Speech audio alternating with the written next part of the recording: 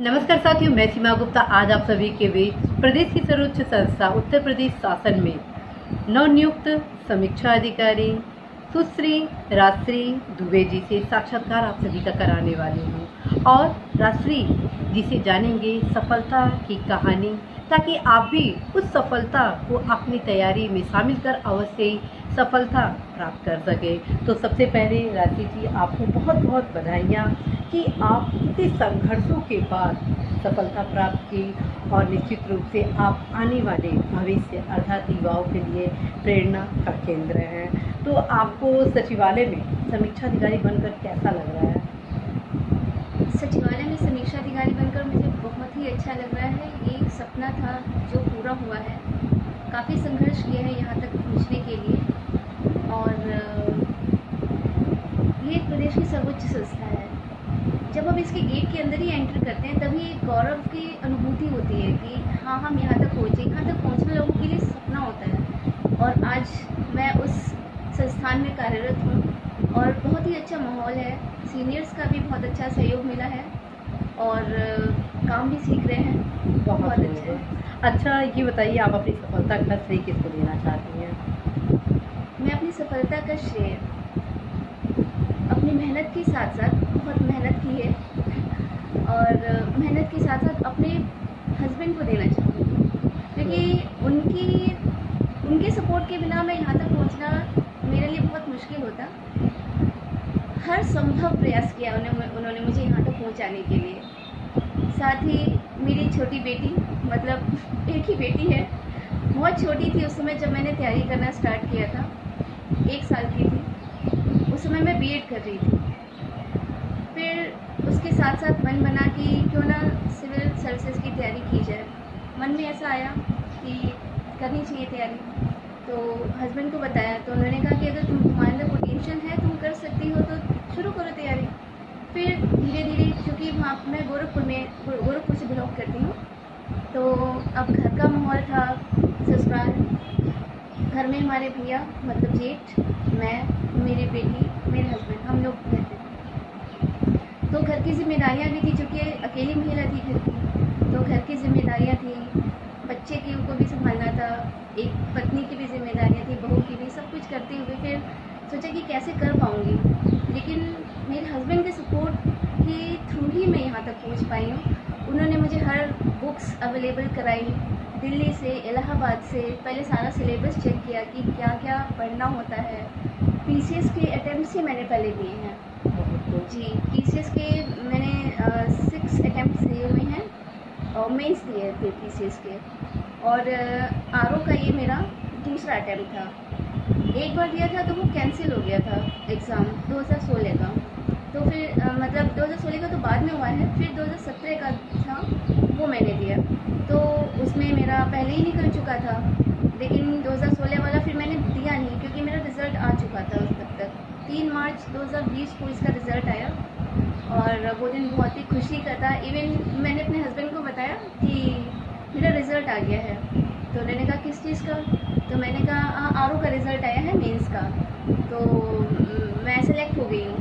तो उन्होंने कहा कि अच्छा ठीक है, कोई बात नहीं।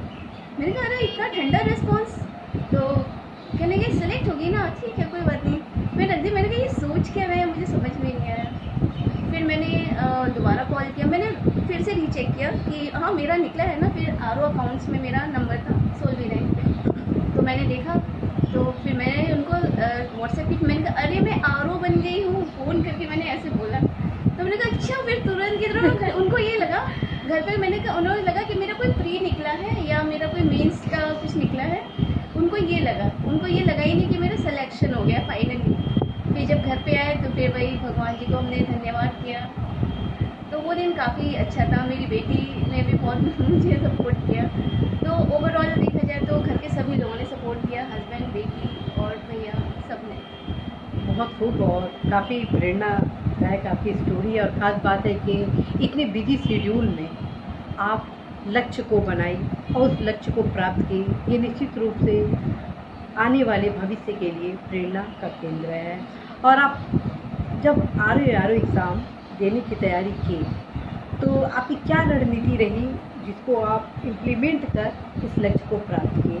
क्योंकि सोली विद रैंक प्राप्त करना कोई आसान काम नहीं है, बहुत ही मतलब हर्षित का विषय है कि आप अपने परिश्रम पर और ख़ास तौर पर इतना बिजी शेड्यूल में 16वीं रैंक प्राप्त किए। तो क्या रणनीति अपनाई, इसके बारे में अवश्य ही जो युवा तैयारी कर रहे हैं समीक्षा अधिकारी, सहायक समीक्षा अधिकारी की, उनको जरूर बताइए।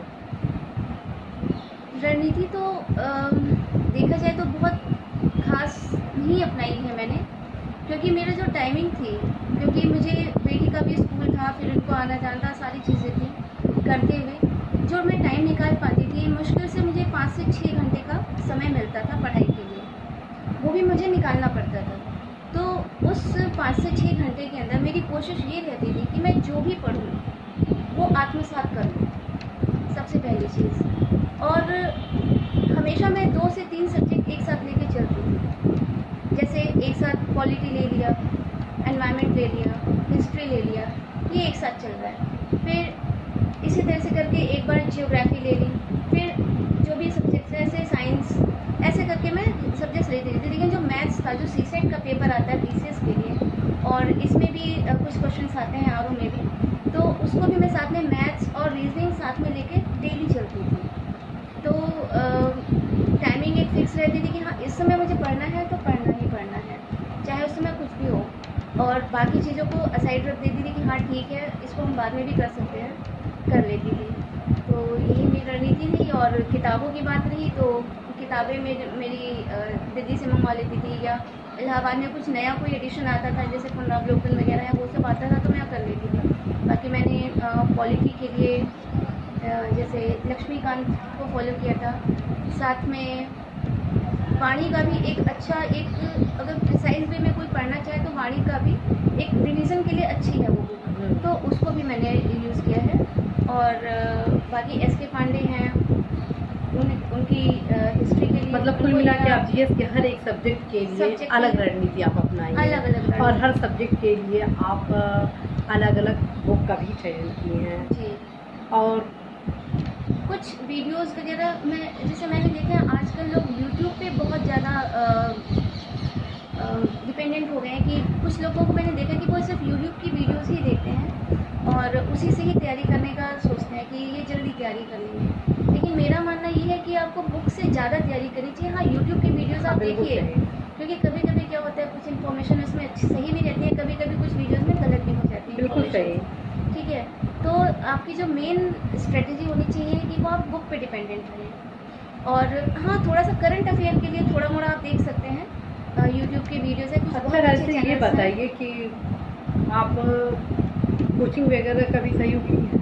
मैंने कभी कोई कोचिंग नहीं की है। बिल्कुल, मुझे कोई गाइडेंस इस तरह की नहीं है, मैंने सेल्फ स्टडी से पढ़ाई की है। और ये बताइए कि जब आप सेल्फ स्टडीज़ की तो कैसे आपको पता चला इस एग्ज़ाम के बारे में? क्योंकि पहले बहुत ज़्यादा समीक्षा अधिकारी, सहायक समीक्षा अधिकारी परीक्षा के बारे में पता नहीं था, और चूँकि आप सिविल सर्विस की प्रिपरेशन कर रही थी और इसमें कुछ ऐसे पार्ट हैं आर एग्ज़ाम में, जैसे मान लीजिए कि हिंदी की महत्वपूर्ण भूमिका इस एग्ज़ाम में, तो उस पर आप क्या फोकस आपका रहा? उसमें फोकस ये मेरा रहा कि मैंने हमेशा, एक तो सबसे बड़ी चीज़ ये होती है कि अगर एक एग्ज़ाम आपका हो जाता है, अगले एग्ज़ाम के बीच का जो समय होता है वो करीब 2 से 4 महीने का समय मिल जाता है कि हाँ फिर कोई एग्ज़ाम है, फिर दूसरा एग्ज़ाम है, एक बैक टू बैक एग्ज़ाम्स होते ही रहते हैं किसी न किसी चीज़ के। तो हमें कभी भी एग्ज़ाम के बाद में ठीक है 10 दिन के रेस्ट ले लिया, बट उससे ज़्यादा रेस्ट नहीं लेना चाहिए। लगातार जब तक आप पढ़ाई करते रहेंगे तभी आपको सफलता मिलनी है। अगर आपने सोचा कि 1-2 महीना हम नहीं पढ़ेंगे फिर उसके बाद पढ़ना स्टार्ट करेंगे, तो आई डोंट थिंक कि बहुत ज़्यादा ये कामयाब होगा ये तरीका। लगातार रहना पड़ेगा, लगातार पढ़ते रहना पड़ेगा और बीच में ब्रेक नहीं होना चाहिए। तो यही है। बहुत मतलब अच्छी बात है। और निबंध वगैरह के लिए कुछ आप विशेष फोकस की? निबंध के लिए मैंने दृष्टि IAS के एडिशंस आते रहते हैं, एडिटोरियल्स को, और दैनिक जागरण ये संपादकीय उसको फॉलो करती रहती थी मैं डेली।